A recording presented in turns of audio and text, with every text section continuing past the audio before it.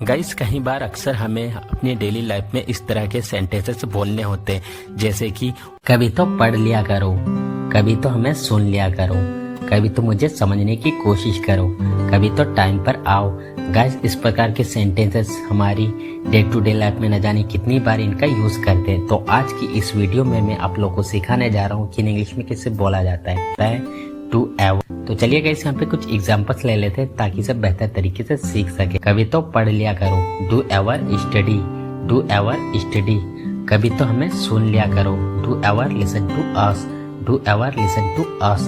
कभी तो मुझे समझने की कोशिश करो, do ever try to understand me, do ever try to understand me. कभी तो टाइम पर आया करो, do ever come on the time, do ever come on the time. कभी तो अपना टाइम फैमिली के साथ बिताओ, do ever spend time with your family, do ever spend time with your family. कभी तो चुप रहो, do ever keep quiet, do ever keep quiet.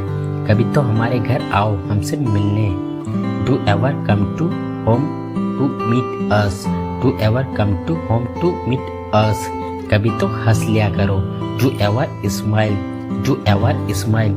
कभी तो ढंग से बात कर लिया करो, do ever talk in manner, do ever talk in manner.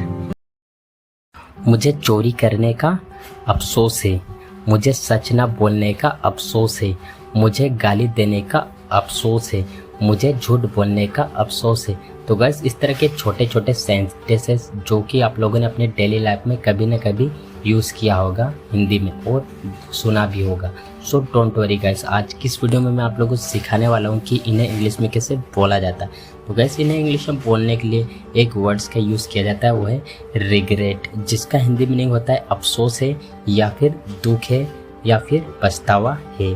तो आइए इसको यूज़ करने का कंप्लीट रूल जान लेते हैं। तो सबसे पहले बोला जाता है सब्जेक्ट, उसके बाद में रिग्रेट या फिर रिग्रेट्स, फिर उसके बाद में हैविंग प्लस वर्ब की third form plus other word अगर है तो।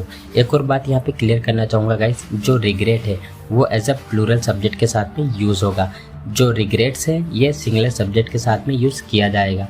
तो आइए यहाँ पे कुछ एग्जाम्पल्स लेते हैं ताकि इसे और बेटर तरीके से सीख सके।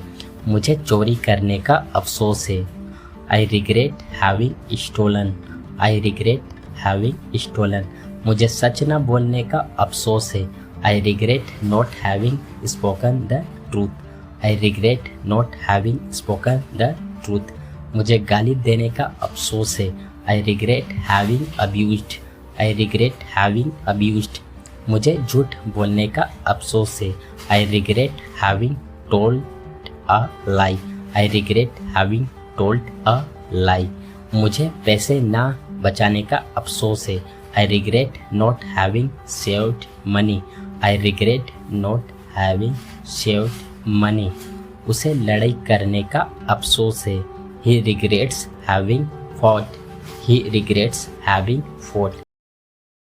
शुरू में ऐसा होता है, शुरू में वह मुझसे बहुत प्यार किया करती थी, शुरू में हर किसी से गलती होती है, शुरू में मुझे नहीं पता था।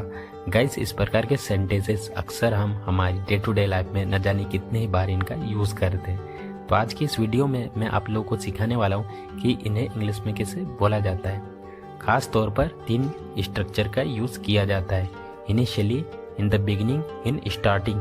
आप इन तीनों में से किसी का भी यूज़ कर सकते हो, तीनों का एक ही मतलब होता है। उसके बाद लिखेंगे कंप्लीट सेंटेंस, जो कि किसी भी टेंस में हो सकता है, ये आपके ऊपर डिपेंड करता है कि आपको कहना क्या है।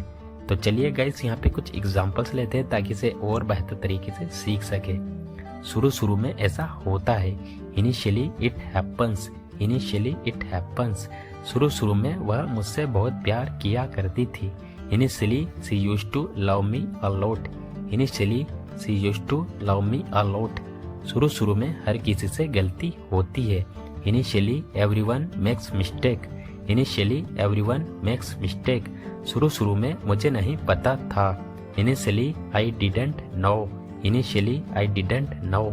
शुरू में तुम्हें दिक्कत हो सकती है, initially you can find difficulty, initially you can find difficulty. शुरू में हम बहुत बात किया करते थे, initially we used to talk a lot, initially we used to talk a lot. शुरू में मैं उसके बारे में नहीं जानता था। Initially I didn't know about her. Initially I didn't know about her. बात बात पर चिल्लाओ मत। तुम बात बात पर गुस्सा क्यों हो जाते हो? वह बात बात पर रोने लगती है। वह बात बात पर हंसती रहती है। गाइस, इस प्रकार के सेंटेंसेस अक्सर हम हमारी डे टू डे लाइफ में न जाने कितने ही बार इनका यूज़ करते हैं, या आप लोगों ने सुना भी होगा और कई बार इसका यूज़ भी किया होगा। तो आज की इस वीडियो में मैं आप लोगों को सिखाने वाला हूँ कि इन्हें इंग्लिश में कैसे बोला जाता है। गाइस, इन्हें बोलने के लिए इंग्लिश में हम ऑन एवरी सिंगल मैटर का यूज़ करते हैं। ये उस सेंस में किया जाता है जब हमें बोलना होता है बात बात पर या हर एक बात पर। दोनों का सेम सेंस होता है, बस कहने का फ़र्क होता है। तो चलिए गाइस, इसका कंप्लीट स्ट्रक्चर जान लेते हैं। सबसे पहले हम लिखेंगे सेंटेंस, कंप्लीट सेंटेंस, जो कि किसी भी टेंस में हो सकता है। ये आपके ऊपर डिपेंड करता है कि आपको बोलना क्या है। उसके बाद लिखेंगे ऑन एवरी सिंगल मैटर या फिर ऑन एवरी मैटर। दोनों में से आप किसी का भी यूज़ कर सकते हो, दोनों का सेम सेंस होता है। तो चलिए गाइस, यहाँ पे कुछ एग्जांपल्स लेते हैं ताकि इसे और बेहतर तरीके से सीख सके। बात बात पर चिल्लाओ मत। Don't shout on every single matter. Don't shout on every single matter. तुम बात बात पर क्यों गुस्सा हो जाते हो? Why do you get angry on every single matter? Why do you get angry on every single matter. वह बात बात पर रोने लगती है। She starts crying on every single matter. She starts crying on every single matter. वह बात बात पर हंसती रहती है, मतलब वह बात बात पर हंसती रहती है। She keeps laughing on every single matter. She keeps laughing on every single matter. उसकी मम्मी बात बात पर चिंता करती है। His mother worries on every single matter. His mother worries on every single matter. बात बात पर मत पूछो। Don't ask on every single matter. Don't ask on every single matter. बात बात पर मत बहस करो। Don't argue on every single matter. Don't argue on every single matter. हमें बात बात पर चिंता नहीं करनी चाहिए। We should not worry on every single matter. We should not worry on every single matter. के लिए इतना ही। अगर आपको वीडियो पसंद आया तो वीडियो को लाइक करें। अगर आप हमारे चैनल पर पहली बार आए हो तो चैनल को सब्सक्राइब करना ना भूलें। मिलते हैं नेक्स्ट वीडियो में। Till then take care.